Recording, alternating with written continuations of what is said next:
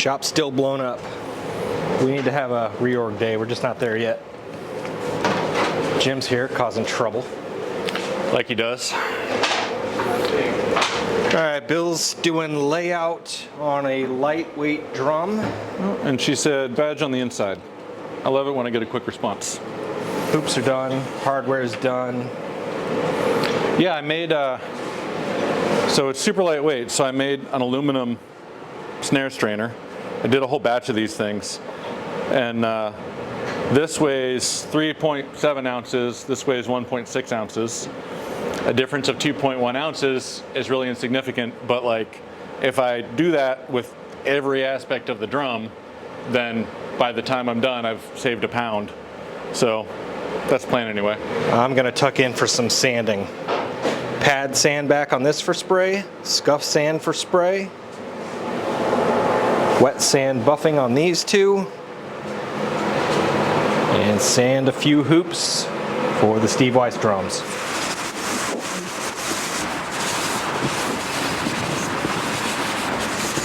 I have to go ultra light with this one so we don't blow through any of the paint, because that would be a bummer.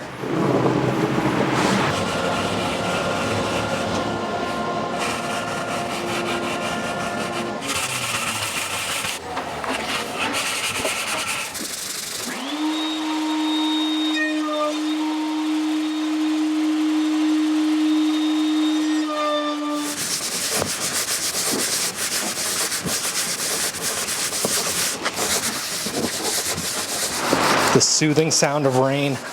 Yeah. It's crazy how loud the rain is. Like even when it's not raining all that hard, it's crazy loud. What's the roof on this place? It's just rubber. And I mean, it's all DIY, so like, you know, who knows like what they used or... It's like 500 overlapped cutting boards from Dollar General. Maybe not quite that bad, but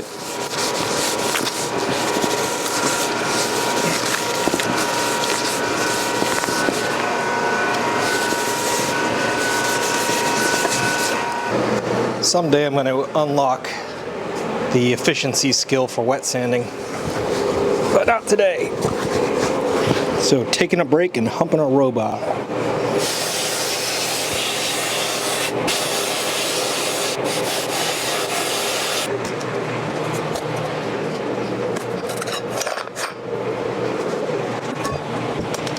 Quick clean, and these fellas are on their way to Powder Coat City.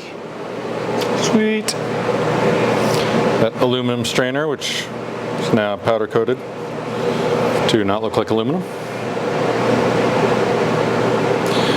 This batch of strainers is dramatically better than the last batch I made, which is good. I'm starting to actually learn how to do stuff. Price just went up.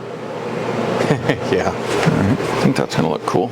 It's a rare occurrence that you see one of us dyeing ears. Yep.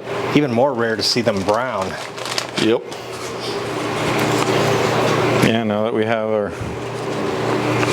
kick-ass ear fabrication team, I haven't actually done this in a really long time.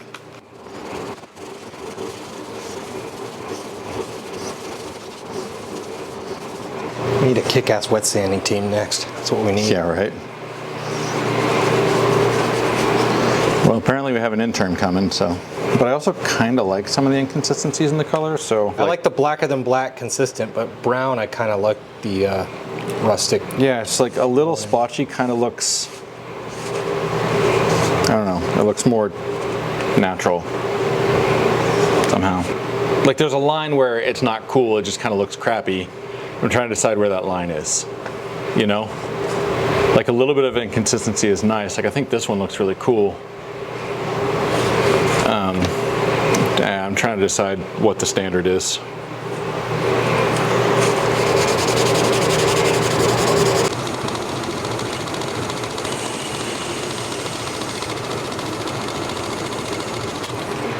Alright.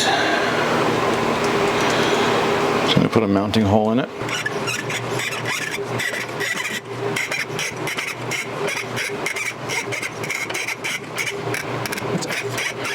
Now I'll go back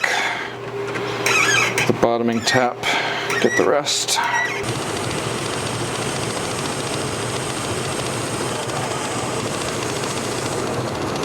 think I'm just gonna take it down some more, just right off the bat.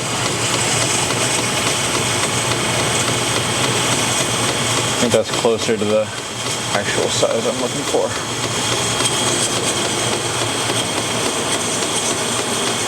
Making something like this. J-hook for that painted drum.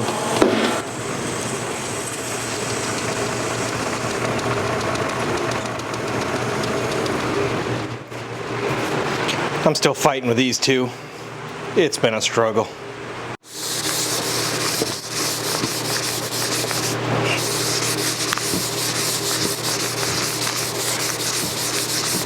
End of day.